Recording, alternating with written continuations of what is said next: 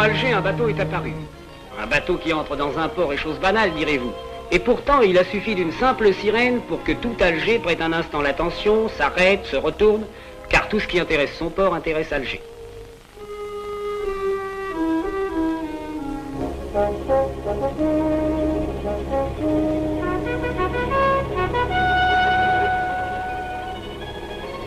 Je n'en veux pour preuve que la ville elle-même, appuyée sur ses collines bien commodément pour des tas de siècles, afin de pouvoir mieux le regarder, et que rien de ce qui s'y passe ne lui échappe.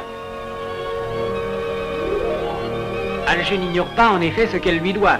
Elle lui doit d'exister et d'être ce qu'elle est aujourd'hui. Car cette ville immense, cette capitale, n'était il y a environ 3 siècles qu'un modeste village au bord de la mer. Ses habitants l'appelaient El Jezaïr, les îles, en raison de quelques îlets minuscules qui s'étendaient devant, quelques rochers dont l'un seulement pouvait mériter le nom d'îlot. C'est pourtant par cet îlot qu'El Jezaïr devait entrer dans l'histoire. En 1509, l'Espagne, alors grande puissance coloniale, s'en empara et construisit une forteresse destinée à protéger ses navires de commerce contre les pirates qui parcouraient la Méditerranée. L'îlot, promu place forte, fut baptisé le Peñón, le gros rocher.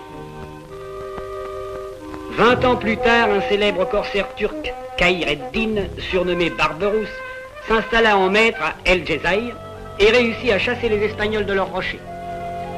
Pour éviter leur retour, en même temps que pour créer un abri pour ses navires, il entreprit aussitôt de relier l'îlot à la terre ferme par une jetée que 30 000 esclaves construisirent en 2 ans. Ainsi se réalisa la première ébauche de ce qui allait devenir le port d'Alger. Pendant 3 siècles, El Jezaïr servit de refuge à tous les pirates de la Méditerranée.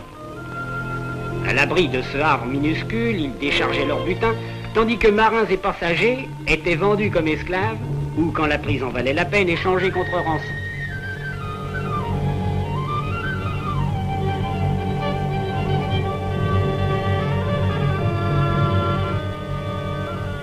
Miguel Cervantes, auteur de Don Quichotte, resta 5 ans prisonnier des pirates barbaresques, de même que quelques années plus tard le poète Renard.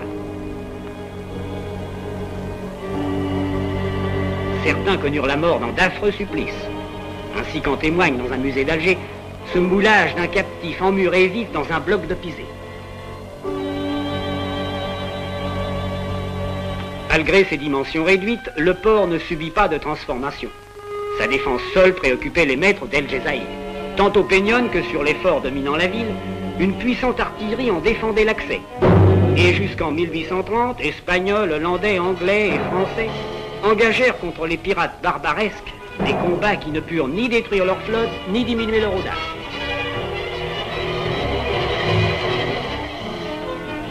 Après le débarquement de la flotte française à Sidi Ferruc et l'entrée des Français à Alger, le premier souci du nouveau gouvernement fut de faire de la Darse un port digne de ce nom. 5 ans après la prise d'Alger, une violente tempête au cours de laquelle furent broyés 18 navires montra à quel point ce port primitif était dangereux pour une flotte importante.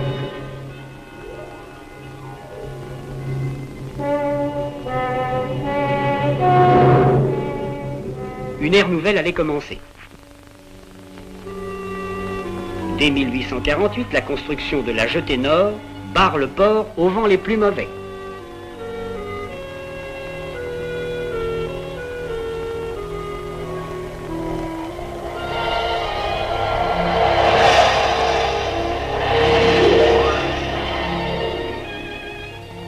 En 1870, avec l'achèvement de la jetée est, Alger possède un vaste bassin bien protégé de tous côtés.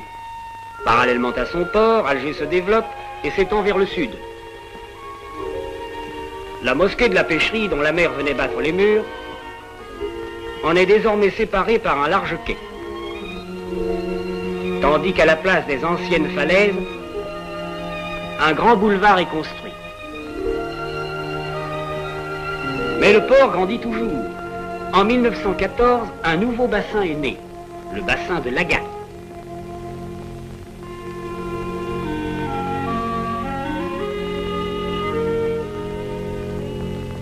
Et toujours le long de ce port, la ville s'étend. À peine terminés, ces travaux se révèlent déjà insuffisants. Et en 1922, un troisième bassin apparaît, entraînant vers lui la ville qui ne cesse de se développer.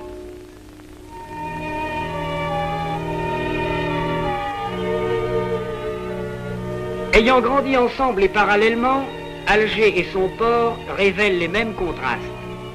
Il y a autant de différences entre les modernes buildings du gouvernement général et tel coin de la Casbah qu'entre l'ancienne Dars des Turcs et les puissantes installations portuaires du bassin de Mustapha.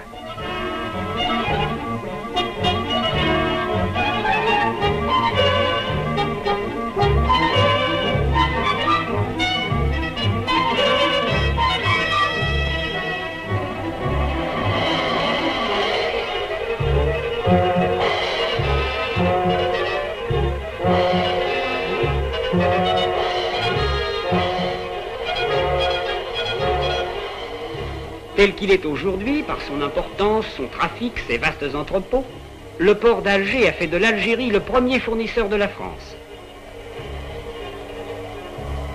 En parcourir les 6 kilomètres de quai, c'est découvrir toute l'Algérie laborieuse, tout le travail de son sol et de son sous-sol. Du fond du sol algérien viennent le gypse, le fer, le plomb, le manganèse, le zinc, les phosphates.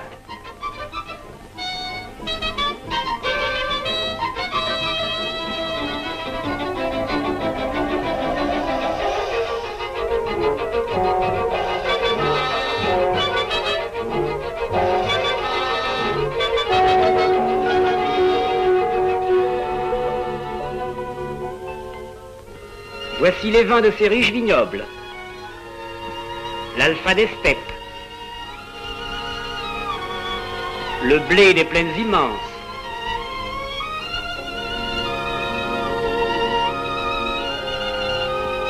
Les primeurs du Sahel, dont les expéditions sont soigneusement contrôlées sur le quai même de l'embarquement.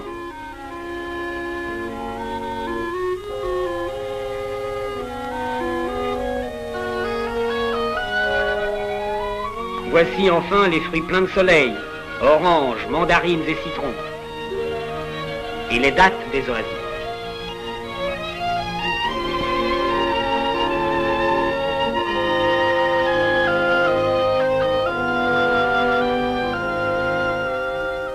Plusieurs fois par semaine, la gare maritime d'Alger devient le centre d'attraction de la ville.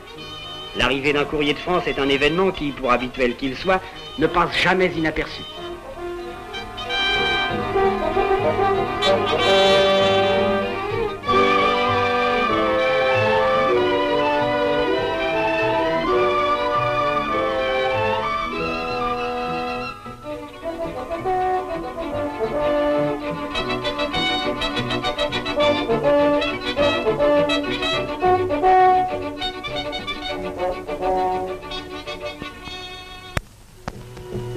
Premier port de voyageurs de l'Algérie, Alger est aussi, depuis l'ouverture du canal de Suez, un important port d'escale.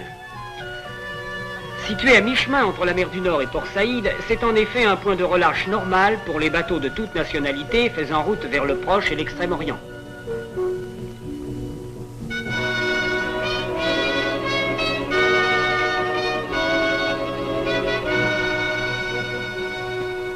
À leur intention, d'importantes installations charbonnières ont été créées, tandis que les paquebots long courriers sont ravitaillés en mazout par des bateaux-citernes conçus à cet effet.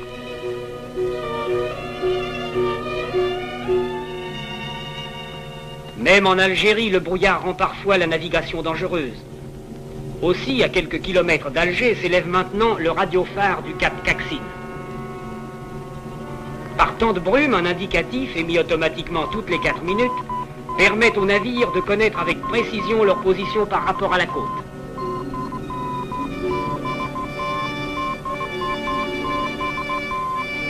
Les bateaux ayant subi quelques avaries en cours de voyage trouvent au port d'Alger une grande forme de radoub permettant d'effectuer rapidement leur réparation.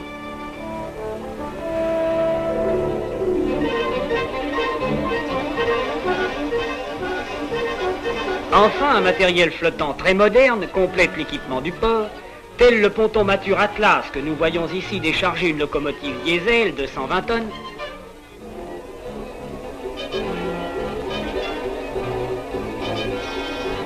la mettre à quai et la poser sur rail avec autant de facilité que s'il s'agissait d'un jouet d'enfant.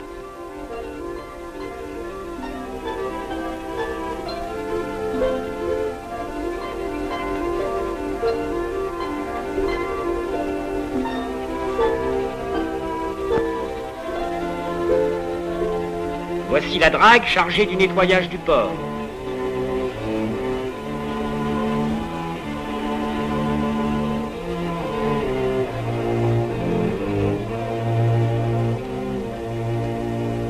Et voici enfin le remorqueur Saint-Louis à qui échoua la délicate mission de guider à travers les différents bassins les plus gros paquebots.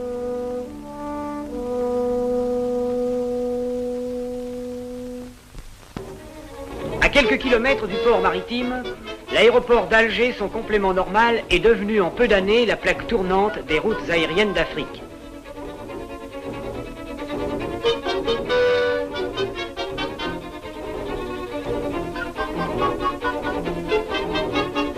Venant de France, de Tunisie, du Maroc, allant à Gao, Dakar, Brazzaville, au Tchad, à Madagascar ou à La Réunion, les avions se succèdent sur le terrain de Maison-Blanche. Dans cette tour de contrôle qui le domine, des opérateurs, en contact direct avec les pilotes, règlent ce va-et-vient, placent sur le terre-plein les appareils arrivants et dirigent ceux qui s'en vont vers leur piste d'envol.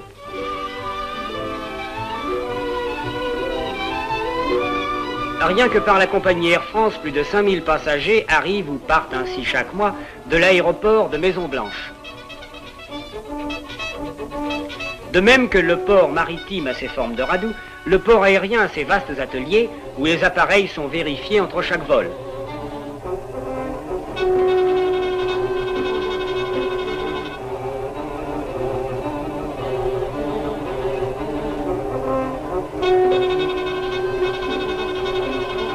L'avion de Casablanca est prêt pour le départ.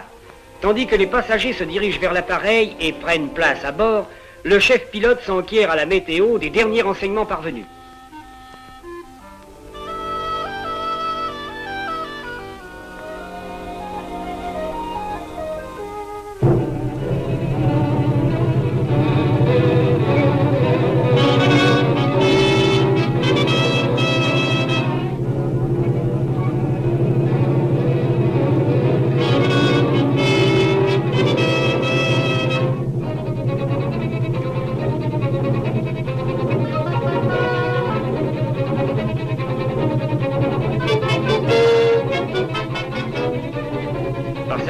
Géographique et grâce aux efforts déjà accomplis, le port aérien d'Alger semble promis à un avenir digne de celui de son grand frère aîné que les passagers de chaque avion peuvent admirer dans toute son ampleur quelques secondes seulement après avoir décollé.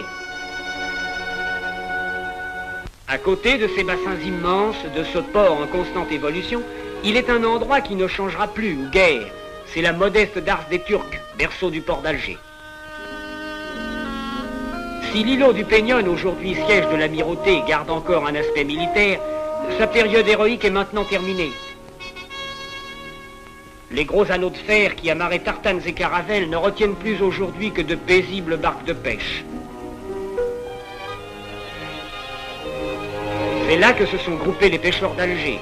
Venus pour la plupart des rivages napolitains, ils ont retrouvé là le soleil et la douceur de leur pays natal.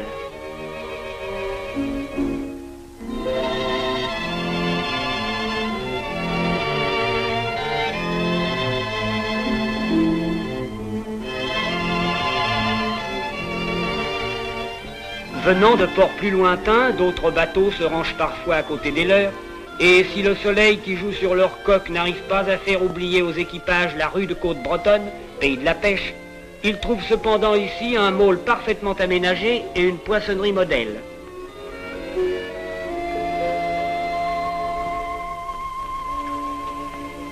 Les marins musulmans d'Alger sont en petit nombre. Ils ont leur saint protecteur dont le tombeau, d'où jaillit un palmier centenaire, est encastré parmi d'anciens bâtiments turcs du Peñon.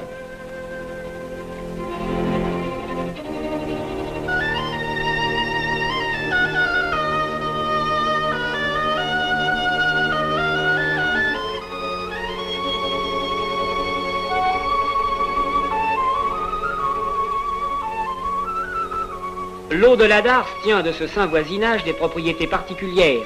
C'est pourquoi on peut voir chaque jeudi les femmes musulmanes venir s'y livrer à des ablutions rituelles et remplir des récipients qu'elles emportent précieusement chez elles.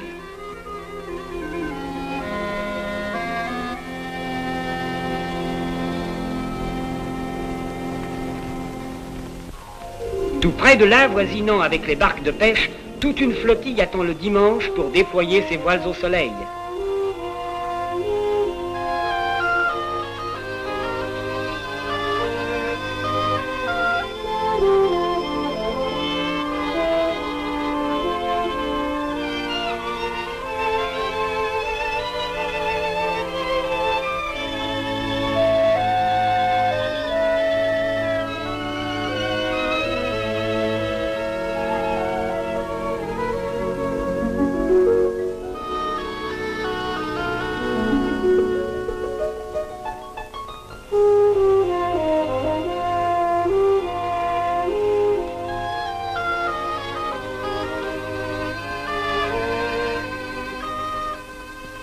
Certains trouvent, sans quitter le port, le moyen de dégourdir leurs muscles ankylosés par une semaine de bureau, et de même qu'il fait vivre toute une population, le port d'Alger lui permet aussi des loisirs variés et adaptés à tous les goûts.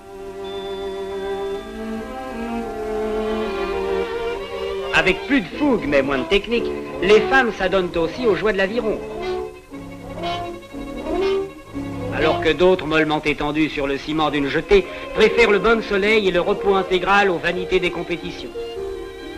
Mais tandis que celles-ci continuent à s'époumoner sur leurs rames avant de s'écrouler sur la ligne d'arrivée, laissez-moi vous dire, pour vous rendre jaloux, que ces images ont été prises en décembre, alors que depuis longtemps déjà vous ne sortiez plus qu'en mitouflés dans vos pardessus et vos fourrures, et que la seule idée d'un bain froid aurait suffi, j'en suis sûr, à vous donner une congestion.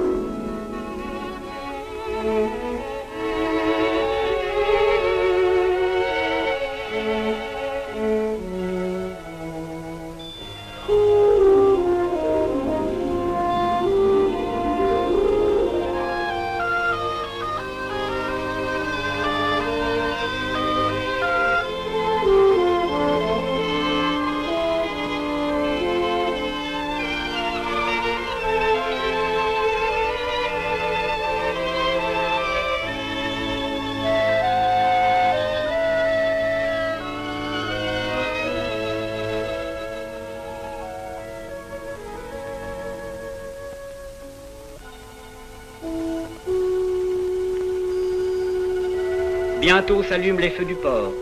Alger, dans la pénombre, se repose de l'éblouissante lumière de la journée. Et sur le quai où accostaient jadis au retour de leur course les pirates barbaresques, des amoureux tranquillement se promènent aujourd'hui. Le lendemain matin, comme chaque matin, dès que le soleil se lève derrière les montagnes de Kabylie, tout reprend son animation coutumière.